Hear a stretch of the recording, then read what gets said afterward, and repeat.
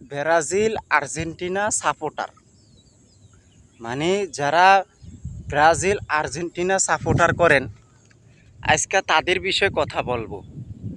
আমাদের দেশে পরিবারের ভিতরে বউ করে আর্জেন্টিনা, জামাই করে ব্রাজিল, দুইজনে দুই দল করে। ছেলে করে আর্জেন্টিনা, মেয়ে করে ব্রাজিল। তা আসলে আজকে তাদের বিষয়ে কথা বলবো। ব্রাজিল আর্জেন্টিনা খেলা নিয়ে স্বামী স্ত্রীর ভিতরে দুইজনের ভিতরে দ্বন্দ্ব থাকে। তা আসলে এই যে ব্রাজিল খেলাটা বা আর্জেন্টিনা খেলাটা, এখন এই দুইটা খেলা মানুষকে মৃত্যুর পথে নিয়ে যায়, এবং কি বউকে তালাক দিয়ে দেয় স্বামী। বউ করে আর্জেন্টিনা আর স্বামী করে ব্রাজিল। তো বাজি ধরে তারা, ফ্যামিলির ভিতরে তারা বাজি ধরে, কয় তুমি আর্জেন্টিনা আমি ব্রাজিল। বউ কয়, বউকা আর্জেন্টিনা জিতবে, স্বামী কয় ব্রাজিল জিতবে।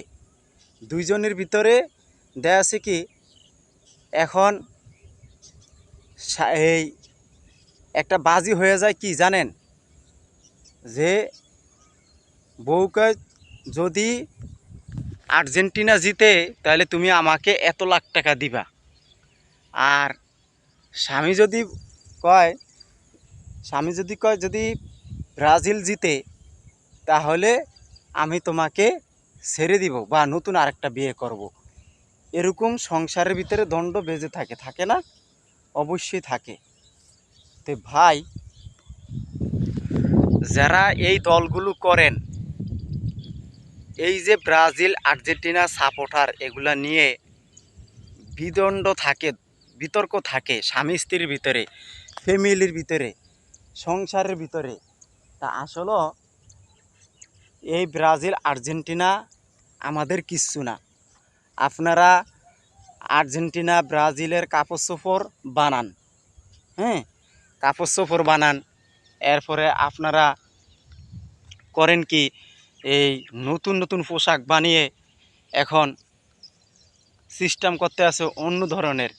তা আসলে যারা যারা ব্রাজিল আর্জেন্টিনা করেন, মুসলমানদেরকে ভিতরে এটা তর্ক বাজিয়ে দেন এবং গ্যামজাম সৃষ্টি করে দেন। এটা বাস্তব ভাই, আপনারা আমার কথাটা মিলিয়ে দেখেন। আজকে এই ব্রাজিল আর্জেন্টিনা খেলা নিয়ে মানুষ এখন মানুষকে খুনাখুনি করে, মাইরে ফেলায়, বউকে ছাইরা দেয়, তালাক দিয়ে দেয়। এটা বাস্তব ভাই। আপনারা এই খেলাটা সাপোর্ট করেন না, দুইটা দলকে সাপোর্ট করেন না, মুসলমানকে থাকতে দেন। মুসলমানরা কিভাবে দিন যাপন করবে এই চিন্তা ভাবনা করেন।